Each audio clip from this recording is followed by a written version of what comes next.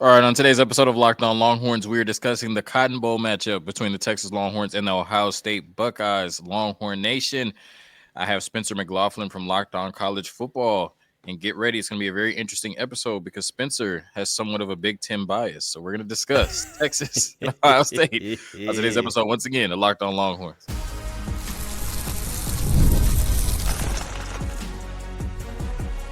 You are Locked On Longhorns, your daily podcast on the Texas Longhorns. Part of the Locked On Podcast Network, your team every day.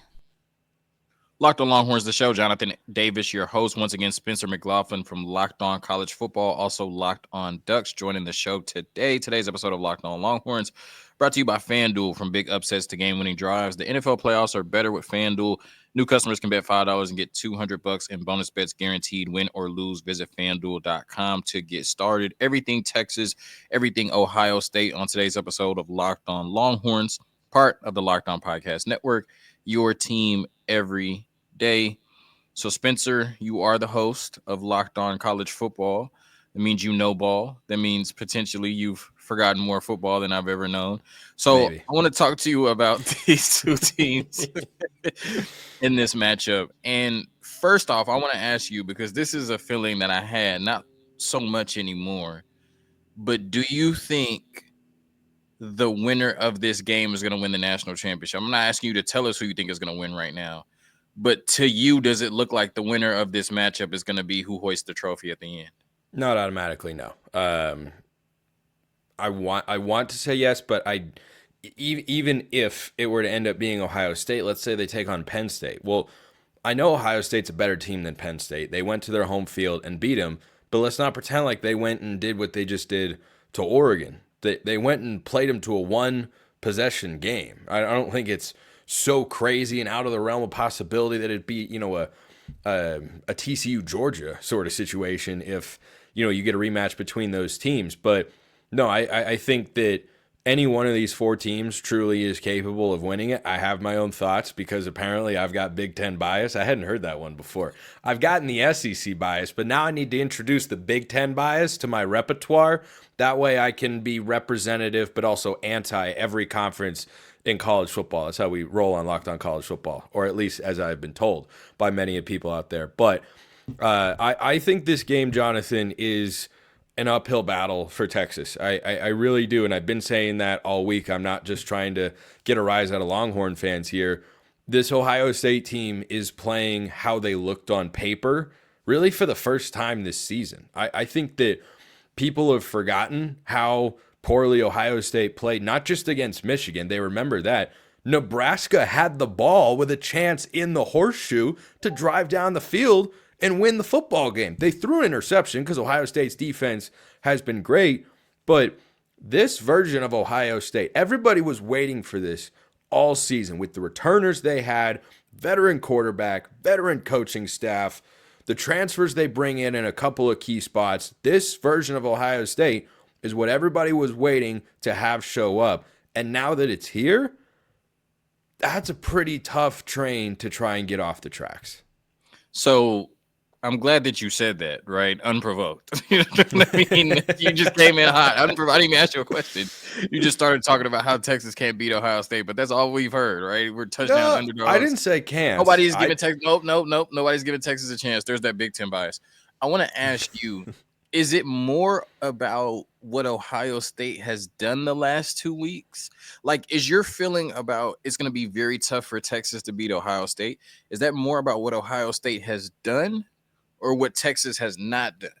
If that question makes sense to you. Yeah, it does include both, but it is definitely 70-30 about what Ohio State has done. Because Texas's defense has been great. I talked about that side of the ball a lot over on Locked On College Football this year. And from the early portion of the season, I was saying, I think this is the most underrated defensive unit in the country. And then everybody started to come around to what I'd been seeing. And I was like, yeah, kind of saw this early on. Like, Makuba's one of the highest graded safeties per Pro Football Focus in the entire country. I believe that he is fourth. They lost a lot of talent on the defensive line. They replaced that very well. I would still feel better about Texas in this game if they still had my guy Byron Murphy. I'm a Seahawks fan, so that's my guy now. If they still had him and Devondre Sweat, I'd feel better about Texas's chances here, because the area where you go get Ohio State, where they're the most gettable, I didn't say incredibly gettable, just the most gettable, is the interior of the offensive line. They've got a backup center. They've shuffled things around, and that part, particularly on the right side, has kind of been the weakest area so far. If you had those two guys in the middle, I'd feel better about Texas's chances here. But the other thing is Oregon's defensive line is really good, and they struggled to get a lick of pressure on Will Howard, which is reflective of two things. Number one, the offensive line is playing well, as they did against Tennessee. But number two, the scheme that Ryan Day and Chip Kelly are coming up with game in and game out is allowing Will Howard to play in such a rhythmic way where he is making decisive reads, he's getting the ball out, and it's not a quick-hitting dink and dunk sort of offense. They're taking deep shots, pushing the ball down the field, but the way that they're seeing defenses and making the right calls is really good, and it's nullifying a great defensive line. Oregon's got a first-rounder up there, or had, because the season's over now, of course. They had a first-rounder in Derek Harmon, a future first-rounder in Mateo Uyunglele, a probably second or third-round pick in Jordan Birch, and a guy in Jamari Caldwell who was all Big 12 at Houston last year. And that was Oregon's best defensive line in 10 years since they last went to the national championship game. They couldn't consistently touch Will Howard. So I like this Texas defense a lot, but I think with how Ohio State is playing, the Tennessee defense was great as well. You're going to have to go blow for blow offensively against a defense that is also incredibly talented, well-coached, and playing really good football. And I do not trust the Texas offense to be able to do that for 4 quarters. Yeah, so when you look at Ohio State, this is basically what a lot of people have said, that you're looking at one of the most talented teams in the country and they're starting to play like it, right? I mean, there's no, doubt, or there's no caveat to the eye test when you're talking about this team that beat Tennessee. Maybe Tennessee was a little bit overrated, but still a very good football team. They beat them by 25. Oregon, who I picked to win the national championship. I know you as an Oregon fan picked to win the national championship. Maybe. I did not have them before the season, and I strayed away from the inevitable podcaster's jinx label that would have arrived had I picked them to win it and this situation occurred. I did pick them to beat Ohio State. Okay. Either way, right? Yeah, I mean, they came out and just blasted Oregon. So you can say that Ohio State is playing to the level of their talent. That's probably been the biggest question mark of Texas this season, right? The inconsistency. People feel like, for the most part, outside of having a weak schedule, when they went up against a Georgia, when, they took care of business against Clemson, even though Clemson had a chance at the end, but against Arizona State, it's like that's a game that Texas should have been able to put them away early, and it took a 4th and 13 to save their season. So when you look at this Texas football team coming into this matchup against Ohio State, do you think that they're playing to the best of their ability? Yeah, I do. And it's such, if it weren't so painful for me as an Oregon guy, I'd be able to appreciate it a little bit more, because they are just not Ohio State, Texas. Do you think Texas is playing? Sorry. Is Texas doing that? In spurts, yes. But to your point, they haven't been doing it for 4 quarters consistently. I think Florida was the last 4-quarter game I felt like they put together where they played well on both sides of the ball. The last time Ohio State did it was in their last game. The previous time they did it was in the game before that. Now, the game before that, they played a one-sided game against Michigan where their defense was great and their offense stunk.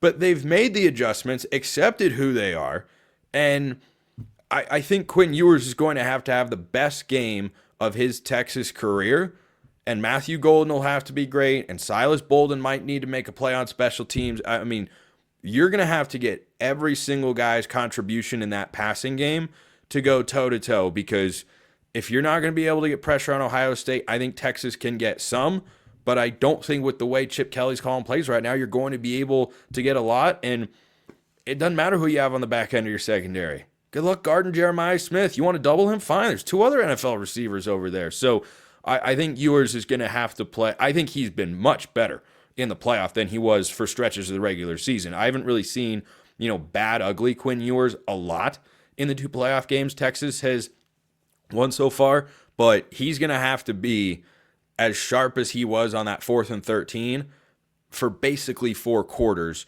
or else I think Ohio State wins a game by double digits. Right. That's a good segue into, we're going to, get a quick word from Rocket Money and then talk about the quarterback matchup, because I do think when you look at these 2 teams, Texas and Ohio State, there's elite talent at every position, right? Maybe a few positions here and there, it's great, but for the most part, it's elite across the board. I think Texas fans are looking at it like Quinn Ewers has to win us this game. And Ohio State fans are looking at it like, Will Howard may have to win us this game. I don't know. They do have the best running back duo in the country as well. So, saying they just have everything. But I do think it's a very interesting quarterback matchup. You look at Will Howard, who's never beaten Texas. So I want to talk about that next after the break. All right, this episode of Locked On Longhorns with Spencer Mclaughlin from Locked On College Football brought to you by Rocket Money. Did Rocket Money help you find any subscriptions you forgot about or that you were paying for twice? That definitely happened to me. I had a few subscriptions that I didn't even realize I was still paying for, and Rocket Money made it so easy to track them all down. It's like having a personal assistant for your finances. Rocket Money is a personal finance app that helps find and cancel your unwanted subscriptions, monitors your spending, and helps lower your bills so you can grow your savings. It brings everything together in one place, whether it's subscriptions, your spending habits, or even the goals you want to hit this year. Rocket Money has over 5 million users and has saved a total of $500 million in canceled subscriptions, saving members up to $740 a year when using all of the app's premium features. Cancel your unwanted subscriptions and reach your financial goals faster with Rocket Money. Go to rocketmoney.com/lockedon today. That's rocketmoney.com/lockedon. Once again, rocketmoney.com/lockedon. All right, Spencer. So you look at these 2 quarterbacks, right? The most important position on the field in football. And you look at Will Howard, the last 2 games, has had his best 2-game stretch of the season, especially when you take into account, the stakes, win or go home playoff games, right? Completing 75% of his passes, over 600 passing yards, 5 touchdowns to only 1 interception. And like you said, he's not just dinking and dunking to get that 75% completion percentage. He's throwing the ball all over the yard, right? Accurate and on time. And then you look at Quinn Ewers, who's, had the weight of the world on his shoulders this year. Every time he doesn't make a play, it's like, put Arch Manning in. You know what I'm saying? Like, he's had to deal with the Arch Manning shadow all year. And I think he's coming off of a legacy-defining moment at the University of Texas. Obviously, it's kind of natty or bust, especially with Arch Manning behind you. But, as I said, 4th and 13, Texas down 7, he had to make that play to save their season, and he did. I would hope that he'll always be remembered amongst Longhorn Nation for that, but you know how college football fans are, right? I do. I do. Okay, I know very, very much how college football fans are. Right. So you look at these 2 quarterbacks, and you would say that they're probably hotter now than they have been at any point in the season coming into this matchup. How do you look at it between Will Howard and Quinn Ewers? Because what I said when I talked to Jay Stevens from Locked On Buckeyes was, if you think Will Howard is better than Quinn Ewers, cool. I have no gripe about that. If you think Quinn Ewers is better than Will Howard, cool. I have no gripe about that. But I don't think neither one is head and shoulders above the other. What say you? I hadn't thought about that.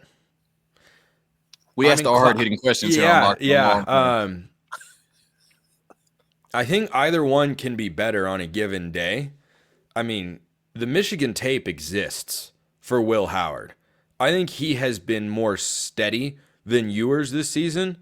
But then again, when he's on, man, he can make some high-level throws. And he throws a beautiful deep ball. So too does Will Howard. Right now, I'd probably take Howard over Ewers just because I feel like the floor is slightly higher. Your ceiling could be a touch higher with Ewers there, but that also factors in Ohio State's receiving core, which is really good. Really, really good. Emeka Egbuka is the best number 2 in all of college football. He was the number 1 until Jeremiah Smith kind of got settled and established, and now he's just an alien out there. And Carnell Tate is not someone who you can just ignore. He can beat anybody in a route, make contested catches, yards after catch, whatever. Those 3 guys, I think, help elevate Will Howard, which is how I felt about, them adding him from Kansas State in the offseason is Howard's about to have the best season of his career. He's going to have a running game, at least somewhat, with those two running backs and Chip Kelly calling plays, but he's never had receivers like that during his time at Kansas State. And, these are both incredibly veteran quarterbacks who have really high expectations. But, man, the throws that Howard's making, like, just go watch his first touchdown against Tennessee or the second touchdown Ohio State scored against Oregon.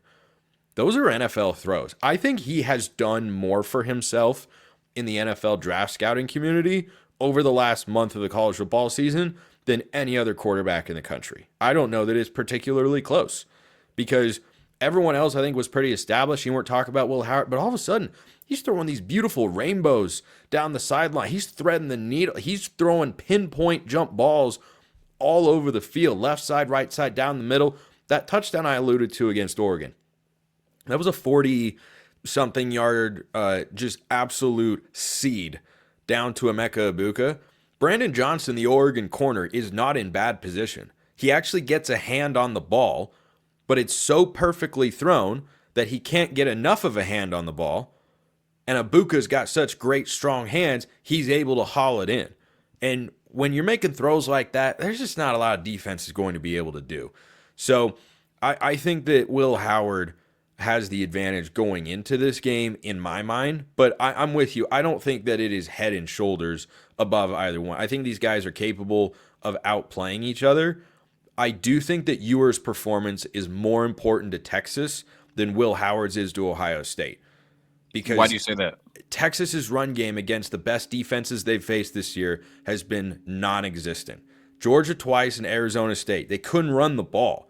And this Ohio State front is playing insanely well, and the safeties in run support were a huge reason they neutralized Oregon's rushing attack. Take out sack yardage. They had 8 sacks against Oregon, by the way, which was mostly coverage sacks.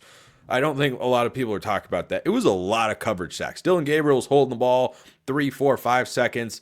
Then the pocket collapsed down on him. But Jack Sawyer, JT Tuimoloau, Tyleik Williams, these guys are really, really good. They can win immediately, but they will win eventually if you try to just sit in the pocket and push the ball down the field. But Lathan Ransom and Caleb Downs, as advertised. Ransom is a 5th year. Downs is one of the best young safeties in recent memory in college football. These two dudes are going to live up to the billing. And by the way, I'm a huge Makuba fan. Oregon wanted him in the transfer portal last cycle. He obviously went to Texas, and I was thinking about that after the Rose Bowl going, man, would Andrew Makuba have made a difference? He certainly would have helped. Makuba is still probably the 3rd best safety because of the way that these two guys, in this game, because of the way these two guys play against the run. They have been so dynamic, explosive, and hard-hitting everywhere you look. They are, I think, such a great complementary piece to a great defensive line. It's why I think Ohio State wins the game. Okay, and so then what do you think Texas's path to victory in this game is, right? Because obviously Texas has a chance. You know what I mean? Oh, so yeah. No, of course. What is Texas' path to victory in this game? Because it doesn't sound like you think they're going to be able to run the ball. It doesn't sound like you think they're going to be able to stop Ohio State at a high level. And you think that we're going to have to see a performance from Quinn Ewers that we have very rarely seen over his 3 years at the University of Texas. So, I mean, are you saying we need a damn horseshoe and you know what I mean to win this game? Like, what is Texas' path to victory? I mean, because this is not just how you feel, this is how everybody feels. And It's hard to argue with the eye test that it's going to take the performance of a damn decade from Texas to beat this Ohio State team, even in Texas' backyard. Yeah, I don't know about performance of a decade per se, but it is going to take an A- effort minimum from Texas to go out there and win. So a couple things that they've got to do. First and foremost, Quinn Ewers has to be good, and he has to be good for 4 quarters. If Texas is going to win this game, I think it is going to look as it did when Oregon beat Ohio State back in October in Eugene. Dylan Gabriel was great. He hit deep shots. He hit some short ones. He was good on 3rd down. He used his legs in a couple of key spots, most notably Oregon's final touchdown. But Gabriel had a phenomenal game. phenomenal game. Ewers has to do that. If you tell me right now Quinn Ewers struggles throwing the ball and his final stat line can tell me everything I need to know about this game. If he winds up 15 to 25, 220 yards, 2 touchdowns and a pick, that's not going to do it. I think you need that big 300-plus yard effort, hit the deep shots, be good on third down, protect the football. That's the first thing. Second thing is something that kind of comes up, and I've tried to bring it up as much as I can because it gets overlooked so often in these big games. Special teams have to be advantage Texas. You've got to make a play somewhere that gives you a momentum spark, that keeps Will Howard on the sideline longer than he otherwise would have been. You know, a muff punt from Ohio State, or a momentum play where you get a kick return touchdown, a blocked field goal. You can't have any big screw-ups there. Oregon got away with one special teams mistake the first go-around, but they won the game by 1 point, and one of the possessions that they got was a result of an intended squib kick down to the corner that hit an Ohio State up man, and they recovered it. And they might have turned that into 7 points if Trayshawn Holden hadn't spit in a guy's face and gotten ejected from the game, but still, it turned into 3 points in a 1-point victory. Those are the sorts of margins that have to go Texas's way. I don't think you can lose those things, or the Buckeyes are just too talented. They're playing well. They're not hurting themselves. They're not committing penalties. They're not turning the football over a lot. They're just playing really well. So those are the two things I think Texas has to have to hang around, or else I think Ohio State could roll for a third straight game. Yeah, and then to add something you haven't mentioned, you talked about how efficient, this Ohio State team is playing.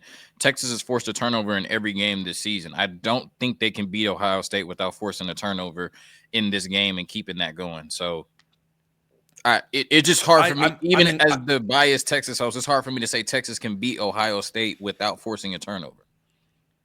I don't think it's impossible. It's just that, like, not every turnover is the same.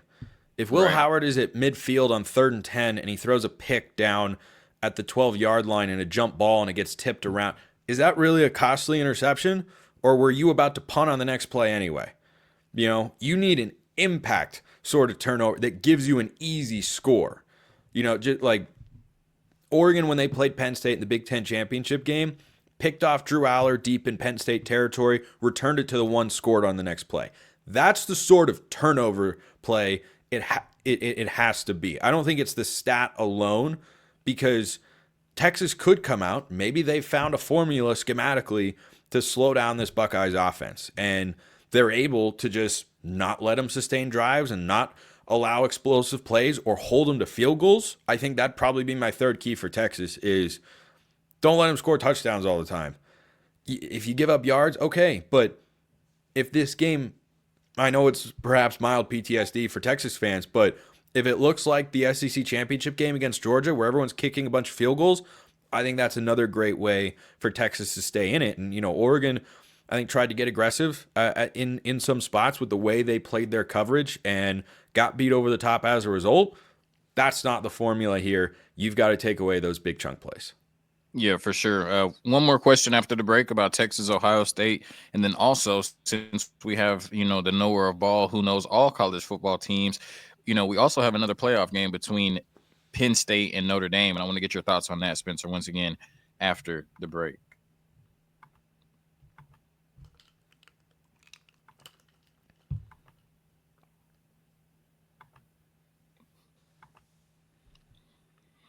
All right, Spencer, this is probably a dumb question, but, I wrote it down. Are there really dumb questions in college football? This might be a dumb question, right? Because it's the playoffs. All of these teams are trying to win a national championship. Texas and Ohio State are trying to win a national championship. But I think you'll know what I mean when I ask this question, right? And obviously, I have to say this again because there's obviously going to be some listeners that are going to be like, bro, what? Okay. Obviously, both of these teams want to win. Who needs this game more as a program? Ryan Day and Ohio State. Thank you. I knew you knew what I yeah. No, I got you. I got you. That is because of the Michigan loss and the offseason chatter about their roster has kind of quieted down, and like I'm okay with that because that's just the world of college football we're in. there is a part of me that gets annoyed as an Oregon fan that, the Nike boogeyman is just such low-hanging fruit that, anytime Oregon lands a transfer, well, they just paid him much money. Well, they just did this. Before the year, the $20 million NIL figure was getting tossed around for Ohio State. But that label doesn't get applied to that, which I have no problem with, by the way. You want to be committed? You want to go all in? By all means. That's what I want my teams to do. And so I don't fault them for that in any way, shape, or form. I give them credit for having built their program to a place where they're capable of doing that. But Ohio State's roster this year is full of veteran returners that could have gone to the NFL and some high-profile transfers and a veteran quarterback. They're not going to have those things next year. Lathan Ransom will be gone. The defensive line will look completely different. Will Howard won't be there. You'll be working in a new young quarterback. And that's going to be a lot tougher for Ohio State. For Texas, meanwhile, I feel like their drop-off from this year to next year won't be that severe. I expect them to be the same sort of team. You'll have Arch Manning in at quarterback. I always trust what Texas can do in the portal. They've recruited very well over the last few cycles, but they are not going to lose the same level of impact guys as Ohio State. I'm not saying Texas doesn't have a chance to win a national championship. They do. I think they are capable if things go their way, but this has more of an all-in feel. Like, how often does Texas talk about what the offense will be once Quinn Ewers is gone? No one talks about what the offense will be once Will Howard leaves. It's about what Will Howard brings to the table now. So that's the first angle, and then there's the Michigan side of it.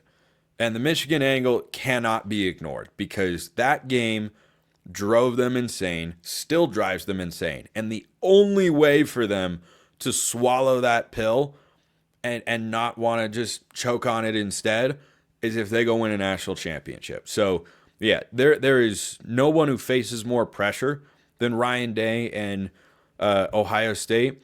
The team or coach that benefits most from winning the whole thing, probably James Franklin. Because what's the narrative? I say James Franklin. What do you think, Jonathan? Can't win the big game. Can't win the big game. There we go. There it is. A guy who beats everybody that he should and is competitive but loses more often than not to some of the best teams and programs in college football has an overall negative perception, which is wild to me in some ways. But, hey, that's the world that we live in here. If he beats Notre Dame and then were to beat Ohio State in the national championship, you would never be allowed to talk smack about James Franklin ever again, which is all people kind of like to do. I think, frankly, that label should be dismissed entirely if he beats Notre Dame in this spot. Notre Dame's won 12. I don't think they're going to, but if they do, which they're very capable of, that is a tremendous, tremendous victory against a Notre Dame team that has been really good ever since they lost inexplicably to Northern Illinois. Did you know Northern Illinois wasn't even a good team in the MAC this year? They were fine. I think they made a bowl game. Yeah, I mean, I didn't know what Northern Illinois' record was because the only reason we were talking about it was because they beat Notre Dame. Yeah, they didn't run the MAC or anything. That was just an average MAC team going out and pulling a historic upset. I think that's the biggest upset in college football since App State beat Michigan when they were still FCS. I think that's the last time. There have been other FCS wins. Washington lost to Montana, but Montana's a great FCS program. And that Washington team was not very good. So, I think the way Notre Dame has played has made it the biggest upset, though. They were 28.5-point favorites. True, but I think now that you look at Notre Dame and you're like, oh, they're a legitimate national championship contender, it makes Northern Illinois look way better. No, I agree. No, I don't think at the time people were like, wow, this is the biggest upset in almost 20 years. Yeah, I am glad the NIU athletic department has milked that as much as they can. They should keep milking it. There was some tweet, I think, from the NIU athletic department about like calling Notre Dame little brother or something like that. Like that stuff.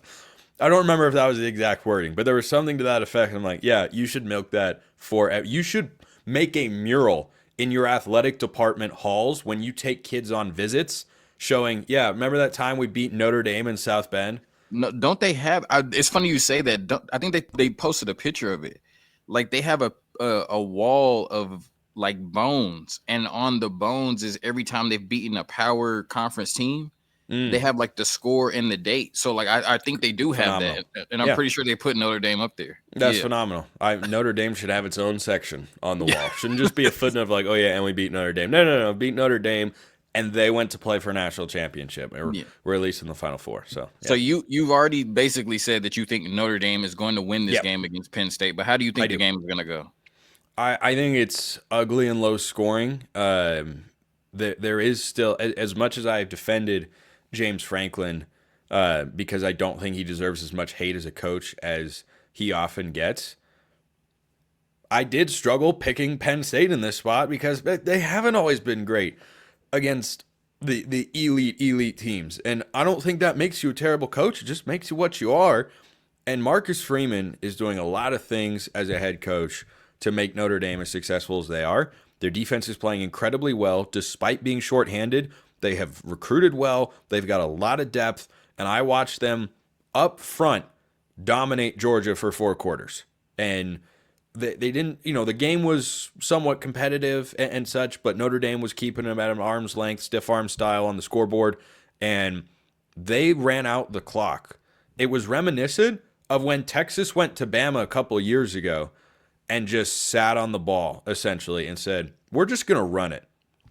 You come and stop us, but we're just going to run the ball. We're going to hand it off here. We're going to sweep Riley Leonard there. We're going to run him straight up the middle. And then at the end of the clock, we're going to kneel it down. You look up and go, wow, they took like 6 minutes off of the clock. And then Georgia had no chance. Texas had the ball like the last 5.5 minutes against Bama. Yeah, it was that sort of drive. So I trust Notre Dame in the trenches more than Penn State, especially with Abdul Carter not being 100% going into this matchup. And that guy is a heck of a football player. So I think Notre Dame wins 21-17.